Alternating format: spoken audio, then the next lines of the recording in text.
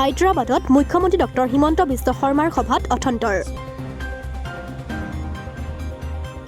হায়দৰাবাদত মুখ্যমন্ত্ৰী ডক্টৰ হিমন্ত বিশ্ব শৰ্মাৰ সভাত অথন্তৰ। সভাৰ মাজতে মাইক্ৰফোন কাঢ়ি নিয়াৰ চেষ্টা এজন TRS নেতাৰ। আজি হঠাৎ হায়দৰাবাদত অপ্ৰীতিকৰ পৰিস্থিতিৰ সন্মুখীন অসমৰ মুখ্যমন্ত্ৰী ডক্টৰ হিমন্ত বিশ্ব শৰ্মাৰ। ডক্টৰ শৰ্মাৰ সন্মুখৰ পৰা মাইক্ৰফোন কাঢ়ি নিয়াৰ চেষ্টা এজন TRS নেতাৰ। উক্ত ঘটনাৰ পিছতে সভাস্থলীত সৃষ্টি হয় এক হুলস্থলীয়া পৰিৱেশৰ। অৱশ্যে উক্ত কাণ্ডটো সংঘটিত কৰাৰ চেষ্টা কৰা লোকজনক নিৰাপত্তাৰক্ষীয়ে মঞ্চৰ পৰা আটক কৰে।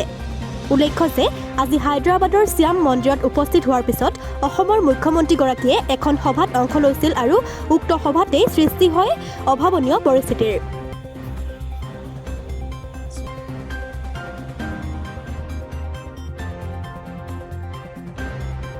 ব্যুৰ' ৰিপৰ্ট জননী লাইভ।